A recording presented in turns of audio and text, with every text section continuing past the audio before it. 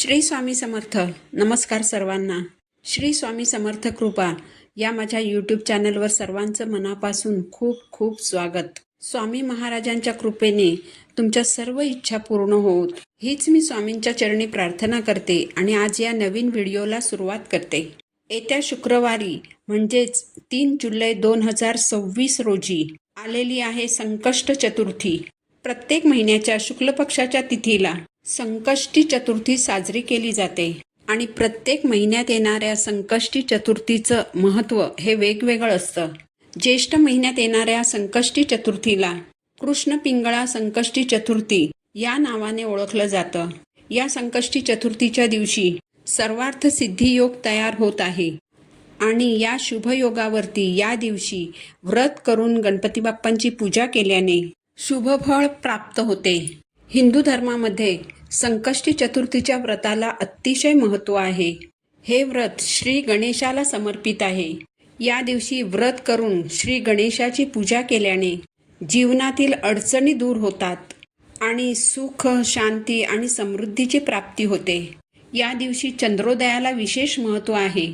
म्हणून संकष्टी चतुर्थीला दिवसभर व्रत करून संध्याकाळी चंद्रोदयानंतर चंद्रदेवाची पूजा केली तरच आपल्याला त्या व्रताचं शुभफळ प्राप्त होतं. या दिवशी गणेश तत्व हे नेहमीच्या तुलनेमध्ये पृथ्वीवरती खूप जास्त प्रमाणामध्ये जागृत असते. यामुळे या दिवशी बाप्पांच्या पूजेसोबतच काही प्रभावी उपाय आणि सेवा देखील केल्या जातात. आज या व्हिडिओमध्ये मी तुम्हाला एक अतिशय प्रभावी अशी सेवा सांगणार आहे. शुक्रवारी संकष्टी चतुर्थीला तुम्ही व्रत नाही केलं तरीही चालेल, पण एका सुपारीची अत्यंत प्रभावी अशी जी सेवा मी तुम्हाला आता सांगणार आहे ती सेवा तुम्ही नक्की करा.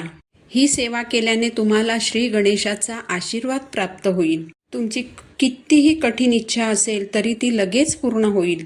तुम्ही करत असलेल्या सर्व कामांमध्ये तुम्हाला यश प्राप्त होईल. तुमच्या कष्टांना नशिबाची साथ मिळेल. जीवनातील सर्व संकट, अडचणी दूर होऊन सुख समृद्धीची प्राप्ती होईल. तर अशी ही एका सुपारीची सेवा कशी करायची आहे, कोणत्या वेळेत करायची आहे याबाबतची संपूर्ण माहिती आज या व्हिडिओमध्ये मी तुम्हाला सांगणार आहे. यामुळे तुम्ही व्हिडिओ शेवटपर्यंत ऐका. चॅनलवर नवीन असाल तर चॅनलला सबस्क्राईब करा आणि असेच माहितीपूर्ण व्हिडिओ पाहण्यासाठी बेल आयकॉनला देखील प्रेस करा. पंचांगानुसार या कृष्ण पिंगळा संकष्ट चतुर्थीला प्रारंभ होईल शुक्रवारी 3 जुलै रोजी सकाळी 11:20 आणि ही तिथी समाप्त होईल 4 जुलै रोजी शनिवारी दुपारी 12:39. उदय तिथीनुसार ही संकष्टी चतुर्थी 3 जुलै रोजी शुक्रवारी साजरी केली जाणार आहे. या दिवशी गणपती बाप्पांना जास्वंदाचं फूल, दुर्वा, सिंदूर आणि मोदक अर्पण केल्यास आपल्याला अपेक्षित फळ प्राप्त होते. आज या व्हिडिओमध्ये मी जी सेवा तुम्हाला सांगणार आहे तर ही सेवा तुम्ही दिवसभरामध्ये कधीही करू शकता. परंतु जर तुम्हाला वेळ असेल तर ही सेवा शक्यतो तुम्ही रात्रीच्याच वेळी करा. संकष्टी चतुर्थीच्या दिवशी आपण दिवसभर व्रत करून रात्री चंद्रोदय झाल्यानंतर चंद्राची पूजा करूनच आपण हे व्रत सोडत असतो. आता या दिवशी जी कृष्ण पिंगळा चतुर्थी आलेली आहे तर तिचा चंद्रोदयाचा जो वेळ आहे तर तो आहे रात्री 9:53. तर या दिवशी तुम्ही ही सेवा रात्री 8 ते 9:30 या काळामध्ये जरी केली तरीही चालणार आहे. आणि या वेळेत जर तुम्हाला शक्य होणार नसेल तर मग तुम्ही सकाळपासून संध्याकाळपर्यंत कधीही ही सेवा करू शकता. गणपती बाप्पा हे प्रथम पूजनीय आहेत. म्हणूनच कोणत्याही शुभकार्याची सुरुवात करण्यापूर्वी श्री गणेशाची पूजा केली जाते आणि त्यानंतरच शुभकार्याला सुरुवात केली जाते, ज्यामुळे त्या शुभकार्यात कोणतेही अडथळे येत नाहीत. म्हणूनच गणपतीला संकटनाशक म्हणजेच संकटांचा नाश करणारा देव मानले जाते. गणपती बाप्पांची कृपा झाल्यास आपल्या जीवनातील सर्व संकट आणि अडचणी दूर होतात आणि घरात सुख, समृद्धी, शांती ही कायम टिकून राहते. आणि म्हणूनच आपल्याला ही जी सेवा आहे तर ती करायची आहे. तुमच्या घरातील महत्त्वाच्या कामांमध्ये अडचणी येत असतील, घरातील कोणतंही शुभकार्य हे निर्विघ्नपणे पार पडत नसेल, कोणतीही गोष्ट ही तुमच्या मनासारखी घडत नसेल तुमच्या कामांमध्ये तुम्हाला सतत अपयश येत असेल, तुमच्या कष्टाचं आणि मेहनतीचं योग्य ते फळ तुम्हाला मिळत नसेल, तर या कृष्ण पिंगळा संकष्टी चतुर्थीच्या दिवशी बाप्पांसाठी ही एका सुपारीची सेवा तुम्ही आवर्जून करा. श्री गणेशाच्या कृपेने तुमच्या सर्व इच्छा मनोकामना अवश्य पूर्ण होतील. श्री गणेशाला सुपारी ही अतिशय प्रिय आहे, म्हणूनच सुपारीला श्री गणेशाचं प्रतीक देखील मानलं जातं. त्यामुळेच प्रत्येक पूजेमध्ये, धार्मिक कार्यांमध्ये सुपारीचा उपयोग आपण करत असतो. शुक्रवारी संकष्टी चतुर्थीच्या दिवशी तुम्हाला सकाळी लवकर उठायचं आहे, स्वच्छ स्नान करायचं आहे. शक्य असेल तर या दिवशी तुम्हाला व्रत देखील करायचं आहे. या दिवशी व्रत करून जर ही आपण सेवा केली तर आपली ही सेवा लवकर फलद्रूप होते. परंतु जर तुम्हाला व्रत करणे शक्य नसेल तर ही सेवा मात्र तुम्ही आवर्जून करा. या दिवशी तुम्ही तुमच्या देवघरातील गणपती बाप्पांच्या मूर्तीवर पंचामृताने अभिषेक करायचा आहे. फोटो असेल तर तो स्वच्छ पुसून घ्यायचा आहे. यानंतर बाप्पांना हळद कुंकू लावायचं आहे. गणपती बाप्पा ही एकमेव पुरुष देवता आहे की जिला हळद कुंकूचा टिळा लावला जातो. यासोबतच बाप्पांना सिंदूरचा टिळा देखील लावायचा आहे. जास्वंदाचं फूल, दुर्वांची जुडी अर्पण करायची. प्रसाद म्हणून गूळ खोबऱ्याचा नैवेद्य अर्पण करायचा. रात्री चंद्रोदयाच्या वेळेस जर तुम्ही हा उपाय करणार असाल तर त्यावेळेस प्रसाद म्हणून बाप्पांना तुम्हाला मोदक अर्पण करायचे आहेत. यानंतर धूप दीप अगरबत्ती लावून बाप्पांना ओवाळून घ्यायचं आहे आणि यानंतर तुम्ही ही सेवा करायची आहे. ही सेवा करण्यासाठी एक चांगली सुपारी घ्यायची आहे. धार्मिक कार्यांमध्ये किंवा पूजेमध्ये जी छोटी सुपारी वापरली जाते तर तशी सुपारी आपल्याला घ्यायची आहे.